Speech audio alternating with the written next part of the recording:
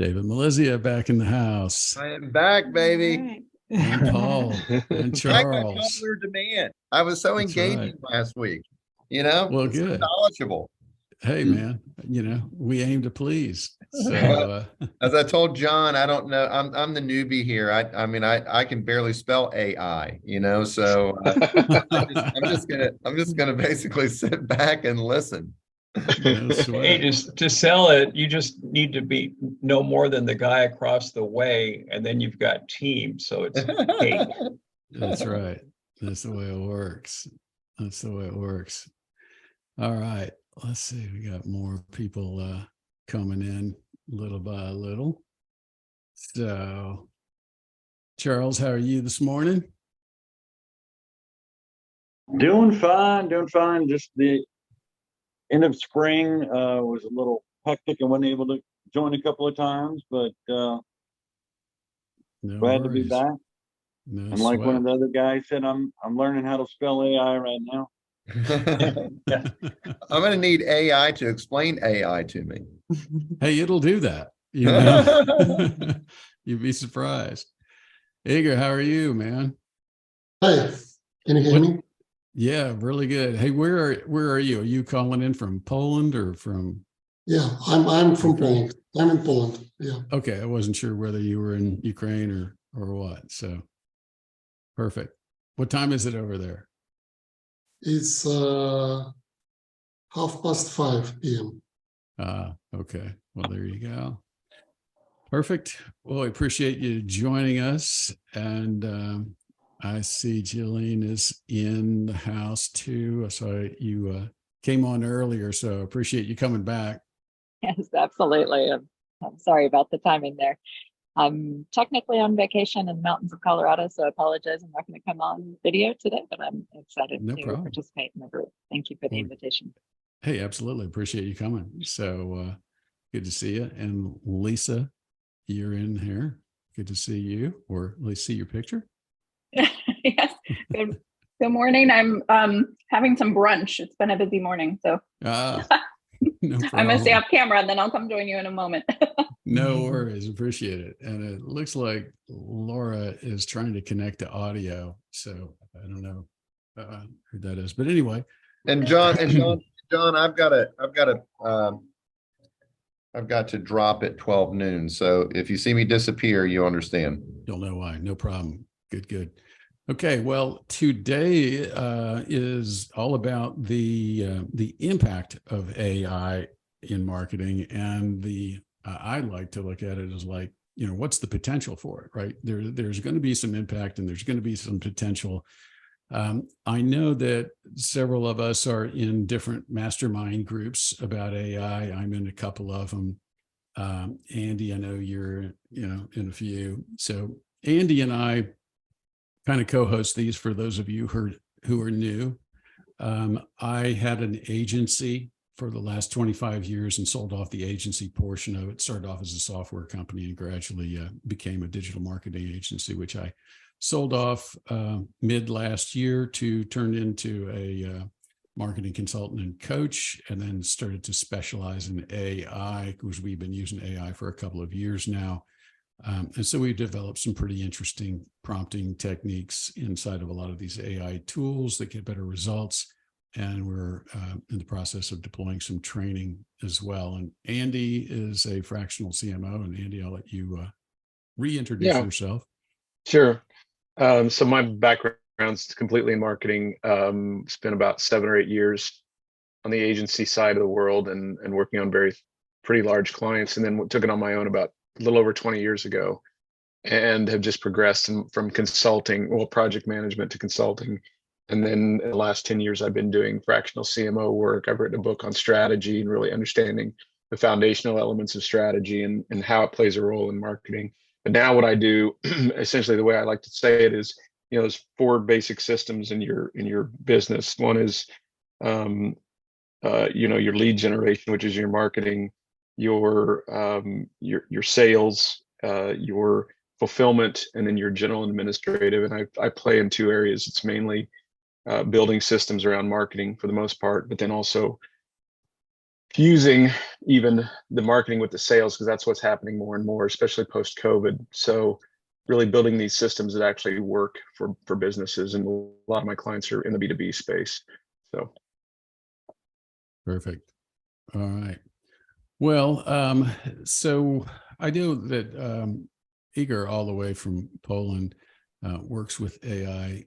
His team and our team have worked closely for, gosh, well over 15 years, right, Igor, I believe, on various projects. So, I mean, this will be interesting. I'd love for you to chime in if you've worked on any projects or if you are interested in working on some projects. But we have been primarily focused on the marketing side of AI for ourselves.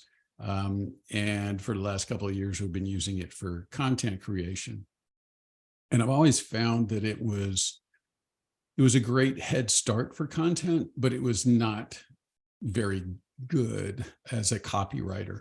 And I'm a very picky copywriter, as everybody who knows me will tell you. But I'm also not somebody who can write from a blank sheet of paper. So I need the head start. And it wasn't until ChatGPT came out, for public access at the end of November that I really started to see some potential, but it was still average at best until GPT-4 came out. And then we realized that with GPT-4, it was infinitely better. Of course, it has a whole lot more of a data set to work from. But the things that we could do with prompting made it really, really do some special things from the copywriting. So instead of us having to rewrite 40 to 50%, we've got it down to where we can rewrite 5%. So it's really amazing what it'll do. It just takes a while to master the prompting of it all. But when it comes to market size, I just want to rattle off a few stats. And I'm going to show you some screens here in a minute that are really cool. And I'll send you some links to these resources because it's really fascinating. But the AI market size is expected to reach 407 billion by 2027. And in 2022 is only 86 billion. Okay, so that's a massive growth. I wish that I was building an AI engine. I'm just a person who uses them. So, but it's supposed to increase the U.S. GDP by 21% by 2030, which is interesting. But what's even more interesting is it's supposed to increase the Chinese GDP by, I think, closer to 40%, so double. So you think they're a big economy now, and honestly, I think China probably could use the help because of their population problem. We can get into a discussion about that, but they got a massive population problem, and it's not an increase, it's a decrease. So they've got big problems coming up for them. But anyway, so there's a whole lot of impact. One interesting stat I saw was that AI is projected to create around 97 million new jobs, which would potentially offset some of the displacement. But the question really is who's getting displaced, and what industries are this really affecting the most? And I don't know, the most fascinating thing for me when I looked at some of these projections were which industries are going to be affected the most. So if you guys could, take a gander at which industry is going to probably have the most percentage of jobs at risk because of AI. Give me your best guess. No fair if you've cheated and you've already seen the results, but let me know what you think. Programming. You think that's going to be the highest? Anybody else? Be up there. Igor, what are you thinking? I saw some numbers. It was about marketeers. It actually was about many positions that require content creation, not very high level. So it's like junior lawyers, brokers, and some other stuff like cashiers, some stuff that do not require a lot of education. Yeah. And replaced. Plus, to that, many high-level stuff will be displaced because the competition empowered by artificial intelligence would become much more productive. Like software developers, not right now, but in a couple of years, those who will use AI as a co-pilot, they may become 5-10 times more productive. And by this way, they will be displacing those programmers that do not use AI.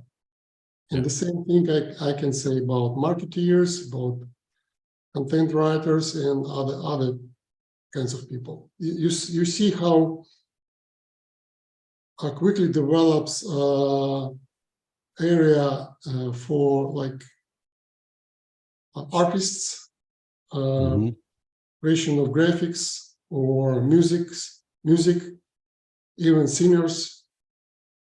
All of them nowadays, creative person can create entire album by themselves without involving anybody, just AI. Yeah, it's fascinating. And but I think that when we're thinking about how AI can help in marketing, I think it is not only content creation. I'm not a professional marketer, but I have an MBA and have some basic marketing knowledge, but also I have some experience of creating and managing marketing campaigns for a couple of startups, utilizing all the usual media like Google Ads, Facebook, etc., YouTube, and also we used chatbots. And I think chatbots now can be very smart. And I don't think we should forget about this channel that is available 24/7 and can answer any requests and help in sales. So another thing is you probably all saw a new product announcement from Apple, those goggles. Yeah, the VR things. Yeah, they're funny looking, but they actually can, you can see the world completely in a different way. You can marketing may appear on any wall if you wear them outside. Marketing messages created specifically for this person or this type of person can be displayed in any place in the world, on their walk, their route, etc. So we need to think about new ways of delivering marketing messages. Again, games start to get AI-powered characters. So they speak not scripted phrases, but they can speak based on AI. And again, I know some games are getting marketing messages, but I feel like it may become more wide used. Yeah, I think you're probably right. I'm not a gamer, I'm too old for that, I guess. But I know plenty of people who are, and I think those things are interesting, but I don't see anybody walking down the street with those goggles on just so somebody could throw ads at them. So, I mean, it's got some other applications, so it'll be interesting where that goes. But to me, there's so many interesting uses for marketing, and one of them is just customization of a personal experience with the brand using chatbots, like you mentioned before. But a lot of companies are using AI now to literally analyze everything that's going on and get down to a customer level where if you're interacting with the website or you're interacting with the chatbot, it knows your preferences based on any number of indicators, and it can communicate that back to you, which makes the targeting that much more effective. But to the original question, and this is probably going to fascinate you, but I thought, creative jobs would be at stake, whether that's copywriters or designers or programmers, anything in that, knowledge or creative space, those are going to be affected. And that's about a 30% impact. The industry with the highest impact, which is 50%, is transportation, right? And we kind of ignore that, but you think about all the Teslas of the world that are trying to come out with autonomous vehicles. That's going to really affect things. I don't know, two years ago or a year and a half ago, I actually invested in a startup that's automating lawnmowers for commercial use and mowing golf courses. They literally have these Tesla lawnmowers, I call them. And it's fascinating. It maps out the entire course, and that's a big expense. So there's a whole lot going on in that space that's really, really fascinating. On the programming side, I thought you might find some of these statistics interesting.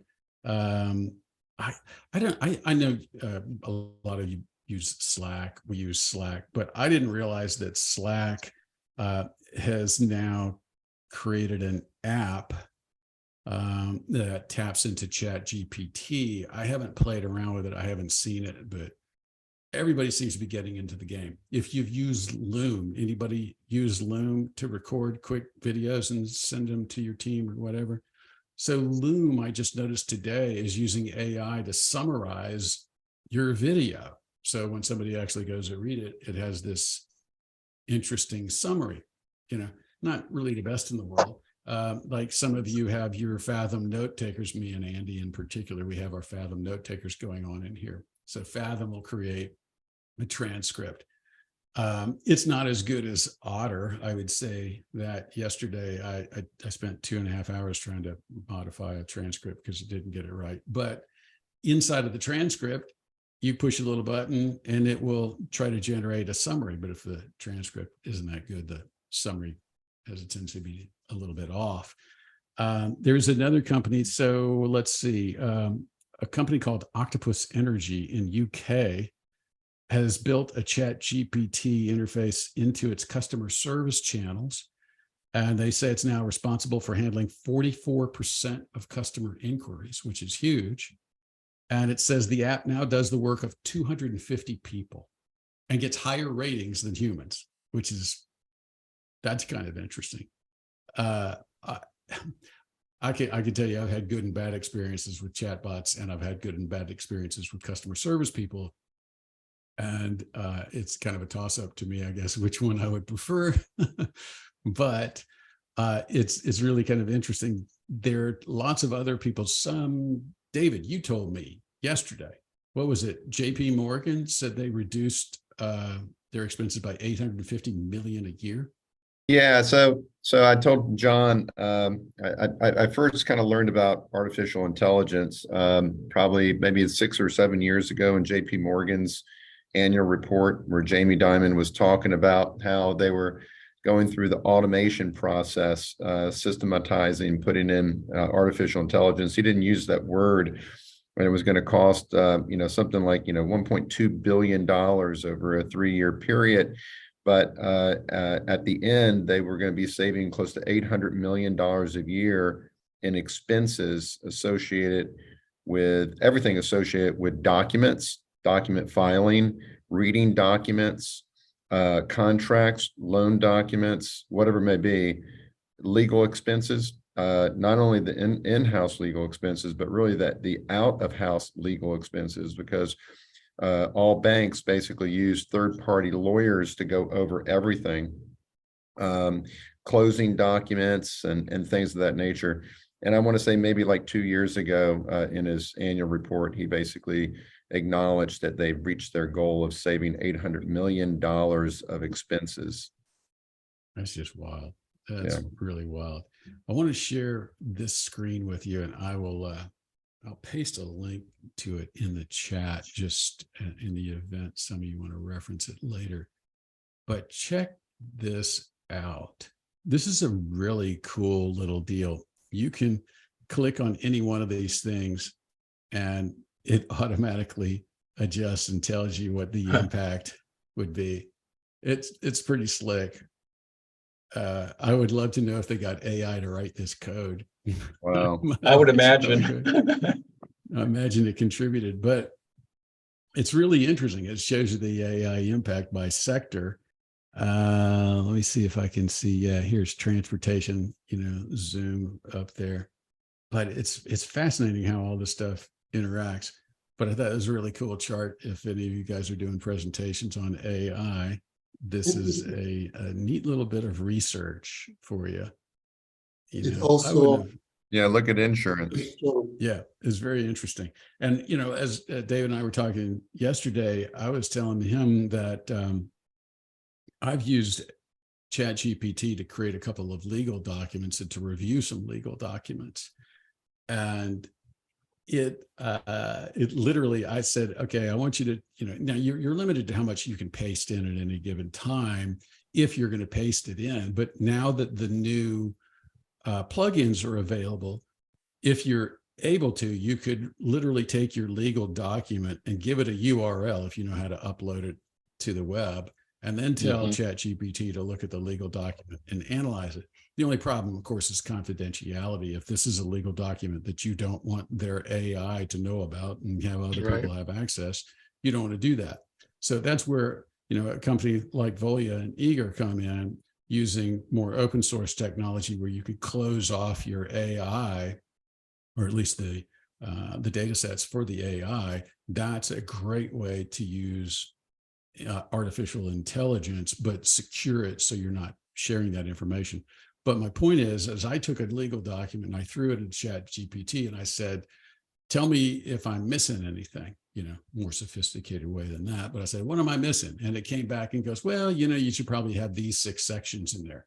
I'm like, okay, write those 6 sections. And it said, okay. So it wrote them. And I said, okay, now rewrite the document and include those 6 sections. And it did. And so, inside of, 6 or 7 minutes, I had a really complete document for a contractor.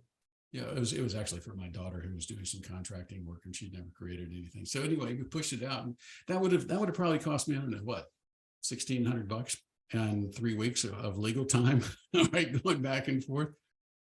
I know, David, you're a big fan of attorneys, but I called an attorney. Get this, I called an attorney. This was 2 years ago. I called an attorney and I said, hey, have you ever done one of these documents? I can't remember what the thing was. I said, I just want to know whether you've ever done one before, if you're familiar with it. He goes, I could go check. And 3 days later, he comes back. He goes, no, we haven't done anything like that. I'm like, okay. Guess what showed up 6 days later? A bill for $375. And I was like, dude, what's the bill for? He said, well, you asked us to look into research to see if we had, and I said, I just asked you if you had ever written one before. They didn't want you to go do a lot of research to find out. I mean, I just figured you could just go, no, we never done one.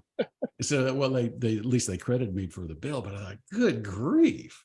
Yeah. So anyway, I've used it to build my stuff like that for free, but yeah, I'm using it to build proposals that much faster now. I mean, I augment it, but it's a great foundation and finding holes and things, and yeah, phenomenal. And one of the other things that we've been able to do, and I've shown you all this before, but we create a library of all of our prompts and all the uses, and we have a whole process for approving them and fixing them and all that stuff. We have a board where we move them into a testing process, and once we have them mastered, then it's great because you could just take and paste it down. And one of them, for instance, is a writing style analysis. So if we're doing work for a client, and let's say it's a law firm and they have certain attorneys that draft a lot of blog posts, well, we want to analyze that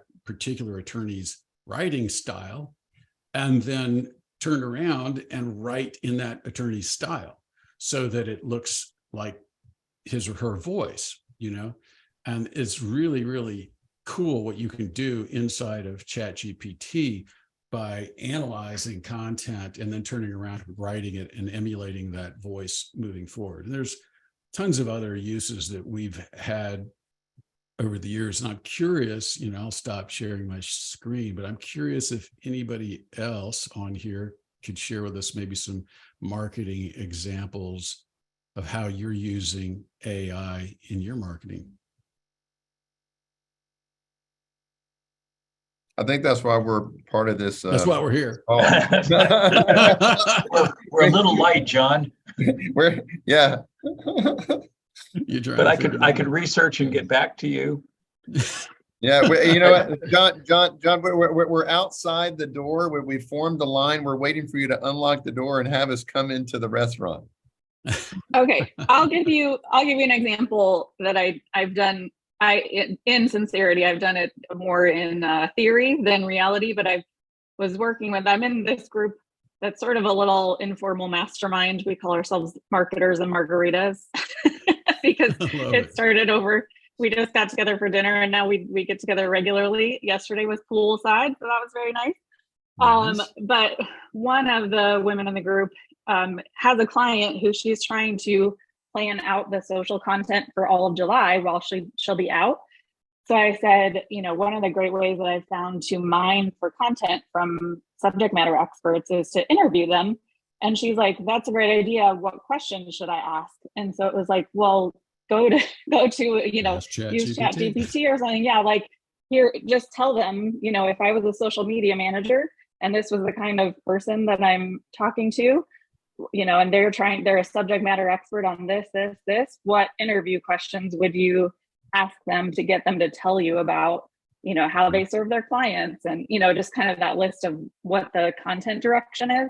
And then, give me like, if they're trying to do 3 a week. So for 4 weeks, 12, give me 12 or 15 questions. And then I said, and then do a Zoom interview with Fathom or, Otter or whatever, and have it record. And then for each question, you can say, pull that content and say, okay, give me a social post for the answer that they gave. And you can either use that video clip or just create a social post based on what they said. Yeah, that's awesome. Yeah. Have you used it? Have you used anything like Dolly or Midjourney to create images? I haven't yet. I just kind of went out on my own a few weeks ago, and I'm a photographer in my former life, so I'm very familiar with Adobe. So I was kind of considering, now that they have released a bunch of stuff, just going all in on Adobe, because I do like how I've heard different things about Midjourney, how there's not as much control. But then if you can like pull that into Photoshop and say, take this out or add this in, I've seen some use cases where they've done that. And then I've also got some clients that I'll be creating ads for. So the fact that I could kind of set up just like, here's all the sizes that I need, and then have it iterate all the different sizes based on one design. So I'm excited to get in there. It's really interesting. I can tell you, Lisa, it's really interesting because we've played around with it, and some of the stuff it does is just mind blowing. I'm just stunned, and I'm trying to find. Let me find an example real quick. While you're doing that, John, Lisa, to your point, I'm already using it with clients to build the photo shot list. So I'll give them a description of the client, who they are, what the layout of the building is, and then I ask it to build a starting shot list for us, the photographer. Mm-hmm. Oh, really? Nice. That's a great idea. I've seen it where it'll produce a video script. I haven't really looked at the script to say whether or not it's good, but I've had it try to create slide decks and things like that, or at least the prompting in ChatGPT to recommend a slide deck. And then I'll say recommend an image. I haven't been able to get it to really recommend an image that I can find, because it comes up with all these great things, and I could then give that instruction to a photographer and go, set that up.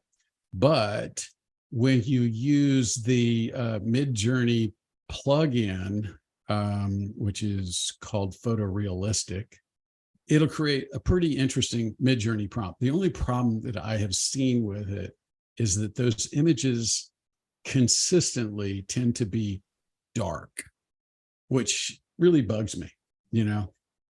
So like the lighting and all that stuff. Hang on a minute. I'm trying to find this page. Yeah, here we go. And I'll share this screen with you just so that you can see that all of these images were actually created with AI.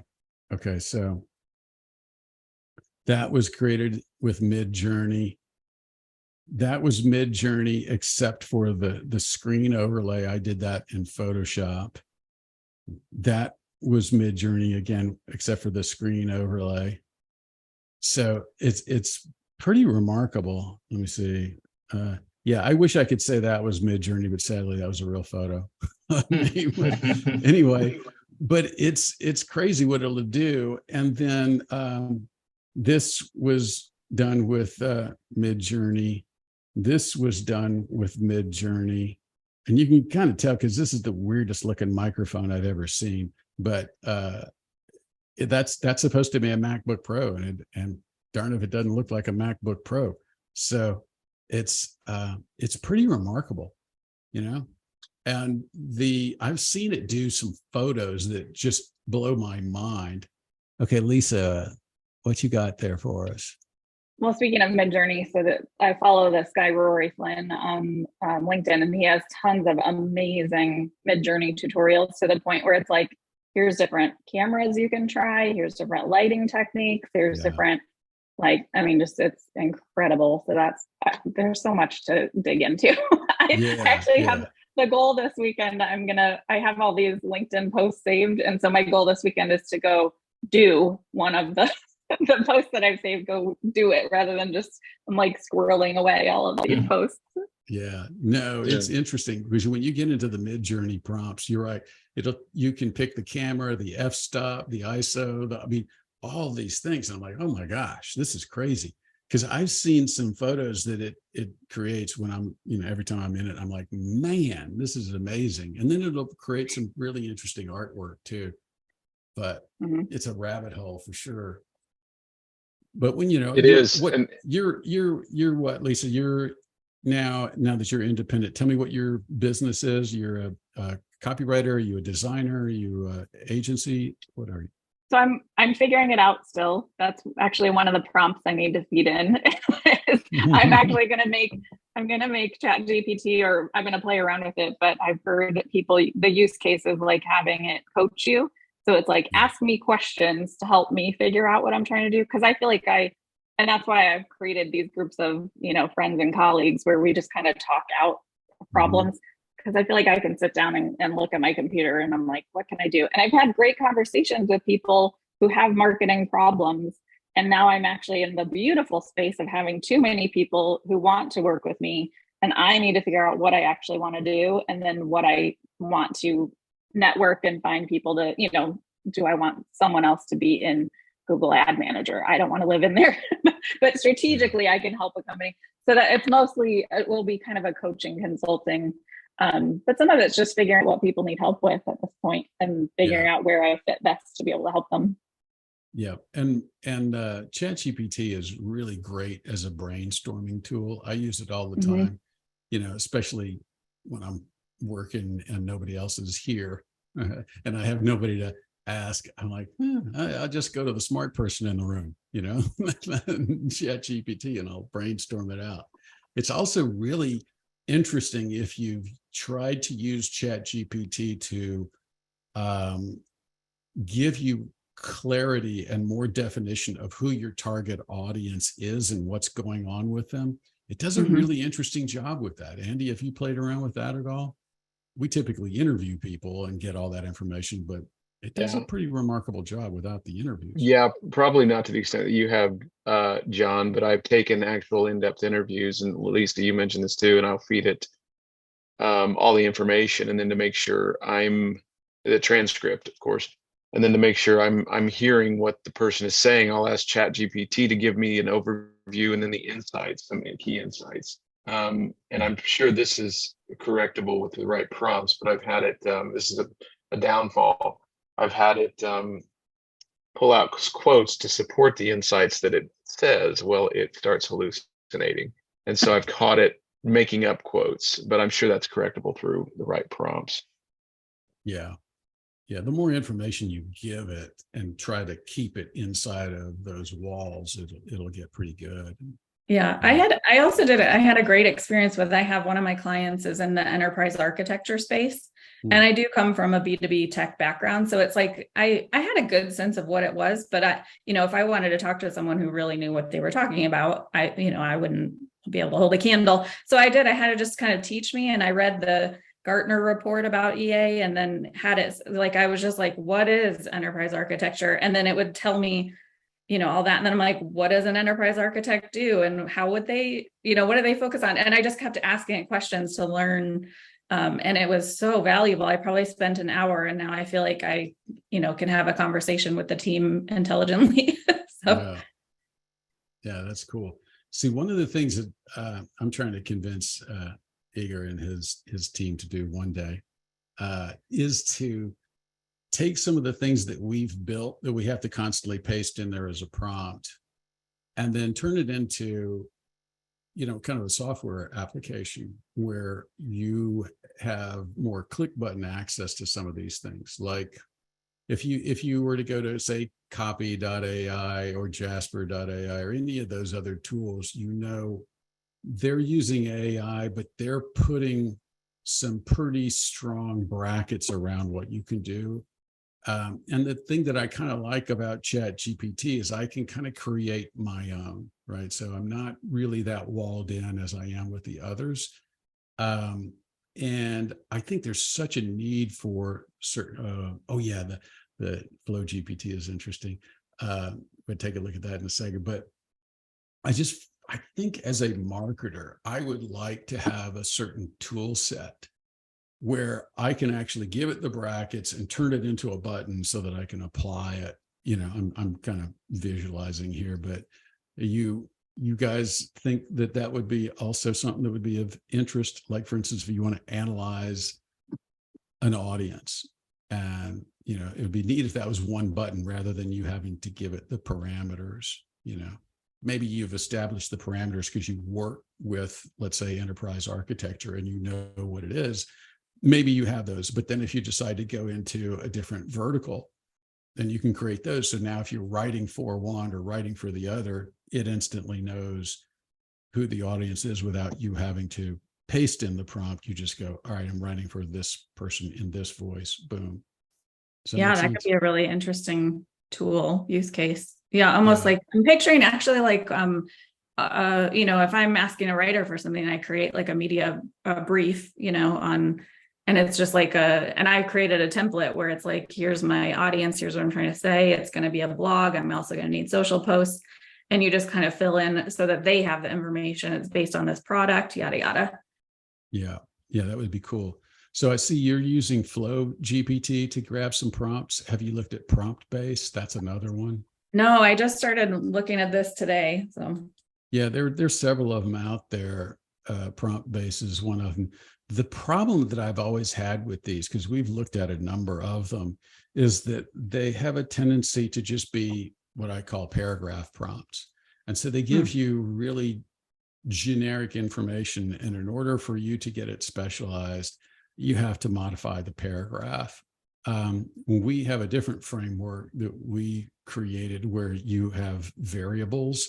And so the variables become what we would call a pre-prompt. And then you have your paragraph prompt, but that allows you to just go change some variables. And it's a highly, highly scalable system that you could use inside of an organization.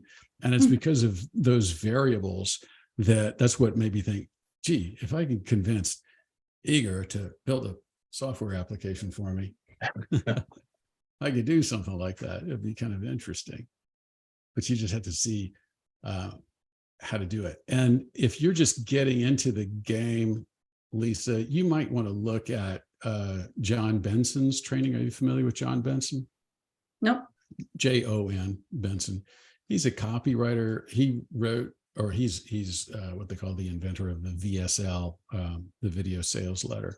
So probably one of the top 10 copywriters in the world, but he's got some interesting training now. I think he's got one called Chat VSL, some other things, but his framework is kind of where I got the idea of pulling variables out. So, because I'm in his mastermind group, and we've been able to extend that because he's B2C and we're primarily B2B like you.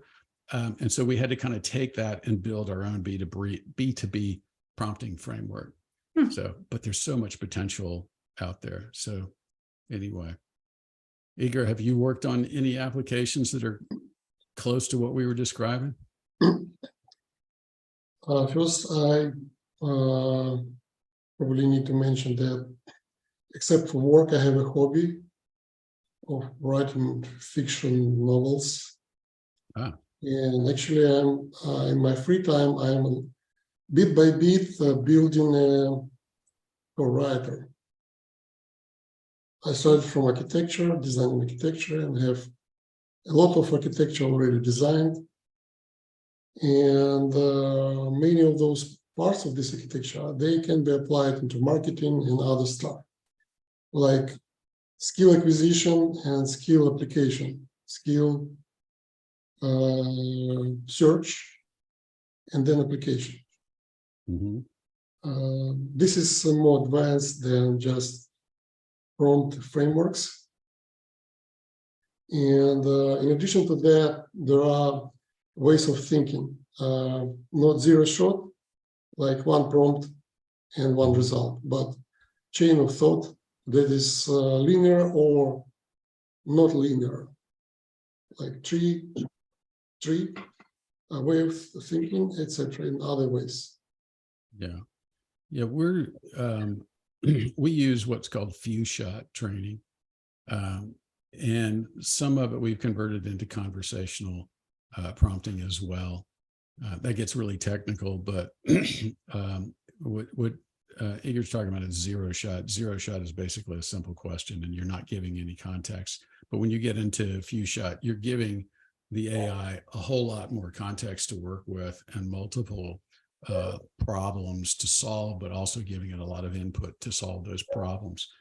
There's some really interesting no code or low code applications out there that I've been looking at, and one of them is called bubble.io. I don't know whether any of you have heard of Bubble, but that's one. And there's another one. I've got like 4 of them I'm checking out, but they allow you basically to build AI tools using AI. I haven't had a chance to play around with them yet, but I know some people that have, and it's pretty interesting how quickly you can build applications using AI with AI. So, Paul, are you you guys doing anything yet in the direct mail space to source lists or anything like that with AI? I'll be honest, no. And it's funny because under the AI moniker, I mean, truly, this is just kind of coming into our kind of experience now. But when I think about it, we do so many automated processes. You know, it's not called AI, so I'm not going to say we do AI. But that's why it seems to me a natural progression to the next thing, because everything we do is about automation. Everything we do is about data. Everything we do is kind of making things automated workflows, like storefront solutions when orders come in. So first of all, they paginate themselves and they jump, you know, from the shopping cart into a queue at the press and all those kind of automation things. Real interesting. And this is a great conversation, but I'll tell you what, John, as I'm sitting here listening and trying to be a sponge on this, the question that keeps coming into my mind is, everybody on this call is a marketer, right?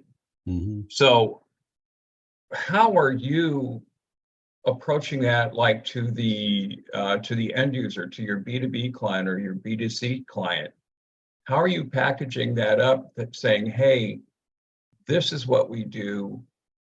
Is the pitch that will give you more creative choices? Is the pitch will cut the time, therefore you're billing and you'll save money? That's what I'm kind of interested in, John, is from kind of the marketing angle. When you're talking to that prospect, I'm a prospect, why should I hire you? I mean, you know what I mean? Yeah. It's the okay, so what question.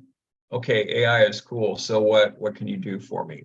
Is it going to speed my process? Is it going to cut my costs? Is it going to increase my sales?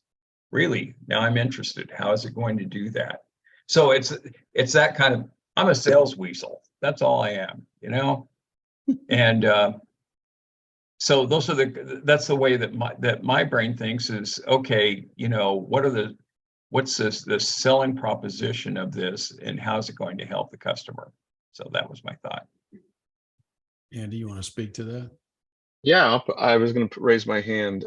So I'm learning as fast as I can. I think John is ahead of the curve on me on this, but you know, I try to be more in the general space and have these tools and tricks that I can bring to the table with clients. They know, for example, I have a client out in Salt Lake City right now, about a $10 million IT services company, and you know, the owners are still heavily involved. And my pitch is, look, you don't need a full-time CMO. I'm coming in and I have tricks and tools, and I'll train your team on how to leverage AI and what to look for and how to feed it prompts and cut our time down. And you don't have to hire that copywriter or go out to Fiverr and spend money on a copywriter. We can do it in-house largely. In fact, that's one of the actual things I'm trying to convince him of right now, because he's already got a part-time copywriter on staff.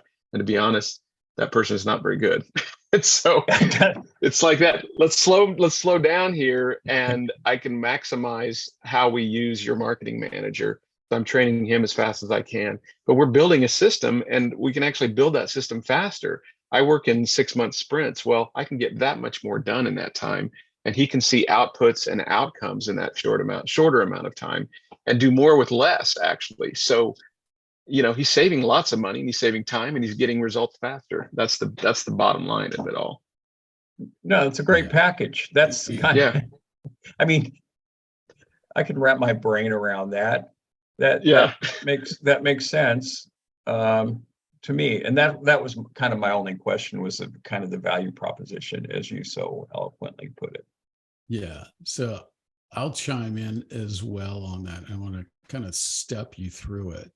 So this being our framework for how we work with clients, the optics framework, you might have seen me go through this before, but it's a 6-phase process when we're trying to help somebody revamp their marketing. Cool. And the orient phase is the, hey, where are you currently? What's your past performance look like? The predict phase is where you want to go. Do you have any tools that allow us to know for every $1 we put into marketing, we're going to get 3 back? The target phase is really understanding who we're targeting, what's going on with them emotionally, what product are we targeting them with, what's the competition up to. The implement phase is what I always call building the machine. It could be using direct mail, could be building a funnel, could be a new website, could be, you know, email marketing, whatever it is. All of these machines have tools or metrics that need to be monitored and calibrated so that we are constantly on the right path. And then every quarter, we should have a way to synchronize what's going on in marketing with HR, operations, you know, finance, et cetera. So when we're working with the client, what we're first trying to do is understand what this process looks like, and then just saying to them, where is it hurting? Where are you seeing problems? And sometimes they're like you, Paul, look, I keep hearing about this AI stuff. What can it do for me? Well, then I would really want to understand, what are you doing? You know, what are you trying to do? What's your goal? What are you trying to do? What is the perfect picture for you? Is it, hey, I would love to know how to improve my margins. And I can then go through this process and I can say, okay, I can tell you step 1, if you're not doing this, step 1, we're going to implement this AI tool here to change this outcome there. Now, if you were to say to me, John, I need a competitive differentiator because now there's a whole lot of other people doing printing on demand. I might say to you, okay, Paul, based on all the customers that I'm working with, here's the biggest pain in the ass that I see that you might be able to get AI to fix. And if I were to literally tell you what that would be, I could say that it's the list. The list itself is a pain in the ass because you go acquire a list and 40% of it is bogus because it's the wrong company, the wrong industry, it's the wrong contact or something like that. Yeah. If you had the right AI tool that could go through a list and ferret it out even better to say, oh, you're trying to target healthcare, and these are 50 of these guys are automotive clinics. They're not healthcare clinics, right? So we need to get rid of those. So that would be one thing. The other would be to say, okay, Paul, you've had this much history with this particular lab or whatever it is. Let's analyze all that stuff using AI, and let's find out if we can have a personalized, mailer or whatever to their target audience based on buying behaviors of this type of a business. There's a whole lot more that you could do with that. But again, it's about really kind of having that discussion over where is it that you're really hurting, or if you really could put your finger on a way that if you just could be more efficient at X, you could improve your margins. Then I could say, if this is hurting, maybe basically we're just talking about marketing with a better tool. I mean, this is to a degree. A better tool. Yeah, it's marketing, it's operations, it's everything. We just happen to be in the marketing space, but I could easily look at any business and see what's going on with them, and I'd say, man, if we just had this software running, this piece of your operation would be far more efficient. But it's like anything else, Paul, in sales. Your first question is not to go in there and say, I can sell you this or I can sell you this. It's really just tell me what's going on in your world and let me see if you have a problem that I can fix. If I can't fix that problem, I'll introduce you to somebody that you can. Does Sure. that make sense? Yeah. Yeah, it's the same Very well process. said. Andy, you concur? I definitely concur with that. I mean, and even with my clients now, we're trying to get away from this whole idea of a sales team and get more into the idea of driving revenue. And that means that the clients don't want to see a traditional sales approach. They want their problem solved. And so it becomes this more of a conversation about what their pain points are and how or if we can address those pain points. And it's just using better systems and tools to get there. So yeah. And that actually brings up a really interesting dilemma, is as content becomes more and more ubiquitous and more prolific, as it is with AI, it's going to become more and more noisy. So from my standpoint, there's a higher demand for what I'd call AAA copywriters, because as a copywriter, you have to know what excellence looks like. If you don't know what excellence looks like in terms of direct response copy, you're never going to get it out of an AI tool. And that's what makes copy. Look, think of it this way. All of these AI tools have essentially been educated by every piece of content that's on the web. And we know from a direct response standpoint, 90% of that is total garbage. It doesn't work. It's just content.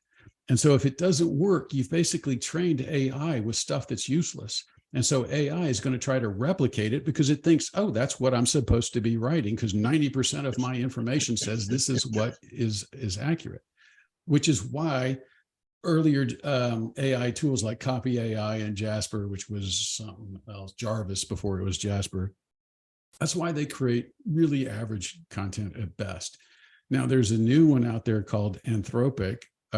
So Anthropic is really kind of, it would appear geared more towards marketing copy, because it produces some really decent copy right out of the gates. But trying to get access to Anthropic is a pain. I haven't been able to get access to it directly, so I have to go pay for another tool that taps into the API of Anthropic.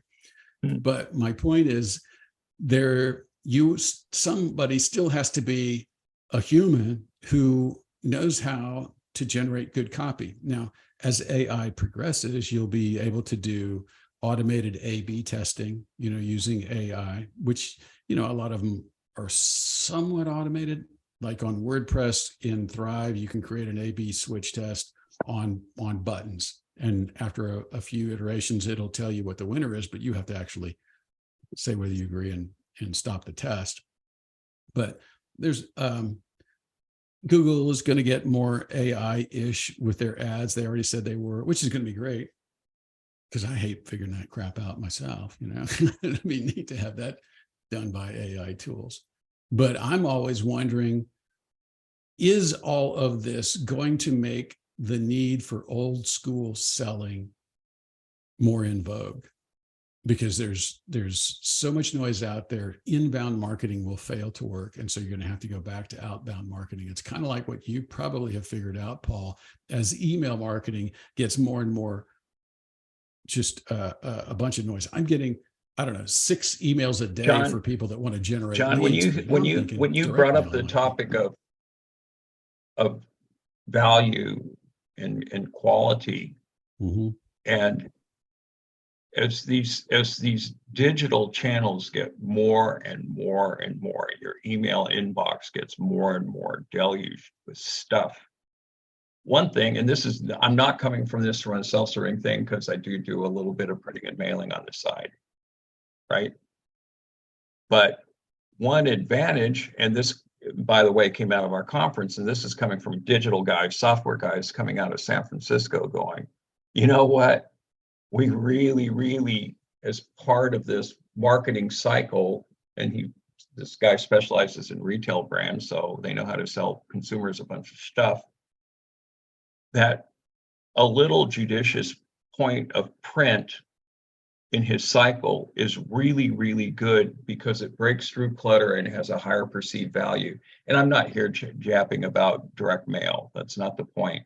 But the point is that is one of the ways to differentiate at one point in the cycle, how to stand out and get your message through to a customer prospect that has a high value and that is taken up by all the senses. I just thought it was really interesting because I like where I am.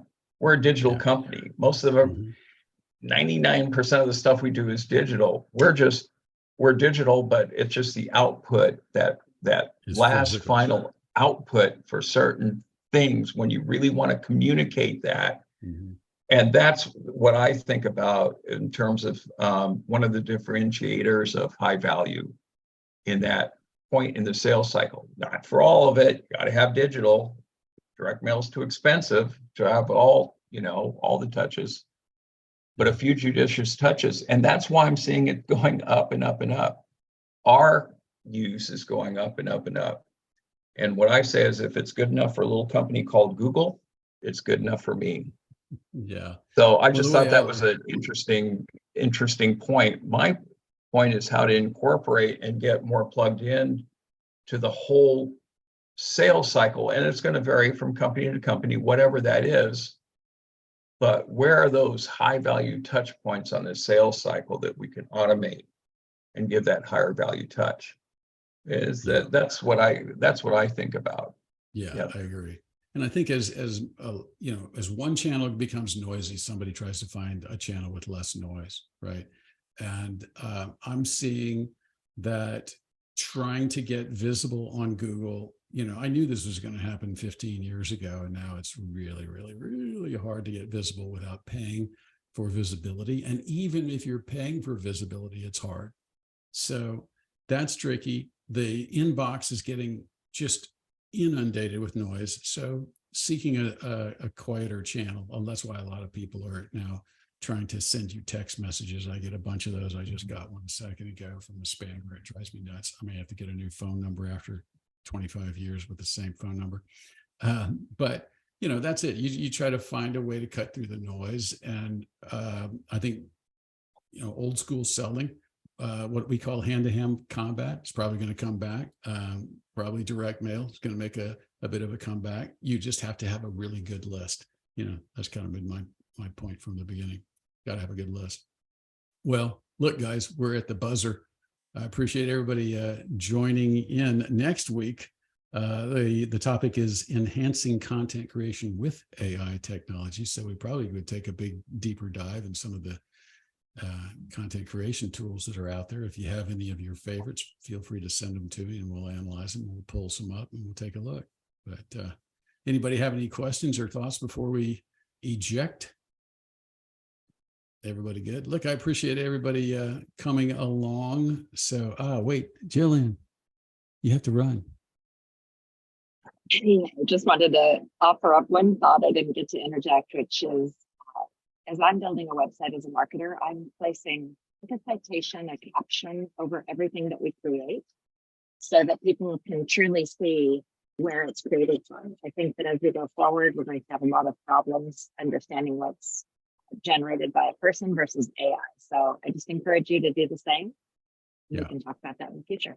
Thanks for having me. Really good point. Hey, thanks for coming. Appreciate everybody coming, and we'll catch you next week. All right. Thank you. Have a great weekend. All right. Bye, everybody. Bye-bye. Bye-bye.